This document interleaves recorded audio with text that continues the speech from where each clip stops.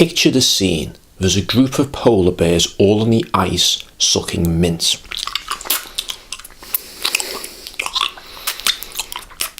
Fox's Glacier. Polar bears are the official mascots of Fox's Glacier mints, and they get an unlimited supply of mints flown in as a perk by seaplane. But one of the teenage male bears was rebelling by sucking a polar mint.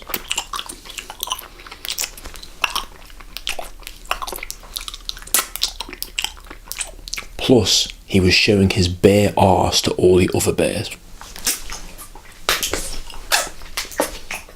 Shave the fur back. All the other bears ignoring the rebellious bear.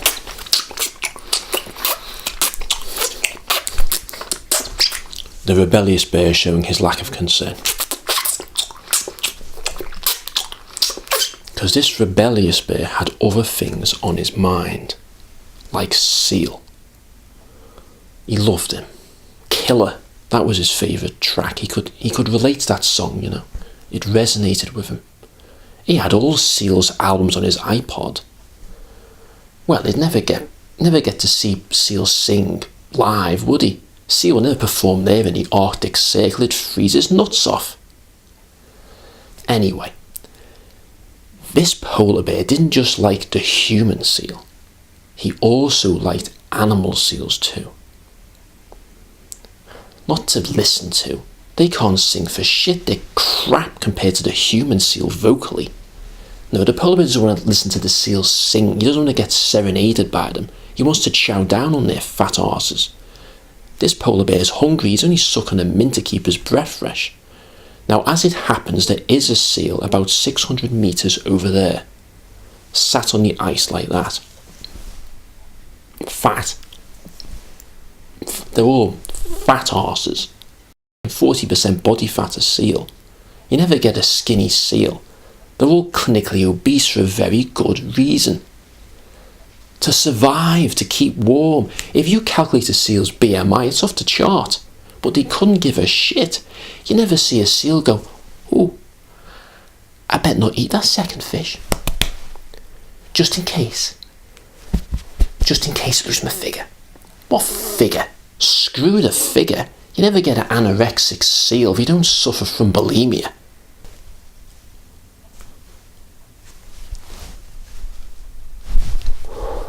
No. If you were to kindly offer a seal a glass of warm milk from your thermos flask, it wouldn't be like, "What is this, skimmed, semi-skimmed, full fat? What is this?" No. Right? So it'd be like, "Give us that." If you got any clotted cream on you, inject it into me arse while I eat this gatto. They need to be fat arses, otherwise they're dead. Now, this particular seal happens to be about 60 feet away from his escape hole. That's something. Why did he go so far away from their escape holes? What's the mindset there? What's the thinking? I'll get to that in a minute. The polar bear and the seal make eye contact. The polar bear's looking at the seal, then to its escape hole. And you can see the bear thinking.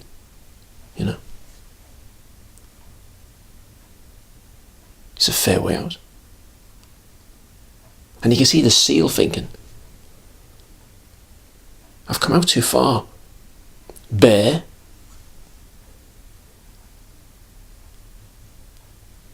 He's not going to make that. Gone. Seal. Shit. Now the polar bear's running full pelt. 25 miles an hour. That's fast, by the way. That's as fast as Usain Bolt. So imagine you're getting chased down by Usain Bolt, but he weighs 3/4 of a metric ton. Plus he's got big bloody fangs and claws. It's like the Wampa monster out of Empire Strikes Back. George Lucas based the Wampa on a polar bear. That's what we're dealing with here. This is the situation. Now, is the seal doing 25 miles an hour? No. Have you ever seen a seal move on land? Not the most graceful animal, are they, out of water? In the water, shit hot. Out of water, crap. The seal was like that. Looks like it's having a bloody seizure. What is that anyway? What is that? It's not a run. It's not a walk. It's not even a crawl. When I think of a crawl, I think of contralateral coordination. It's not a sliver. It's kind of like, they undulate. They undulate. Now, the polar bear is not undulating. Oh no, it's legging it.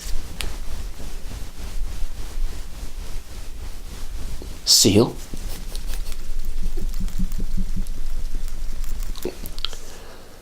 So taking this speed differential into careful consideration, the question is this: if seals are that crap moving on land, why do they move so far away from their escape holes? You see it in documentaries all the time.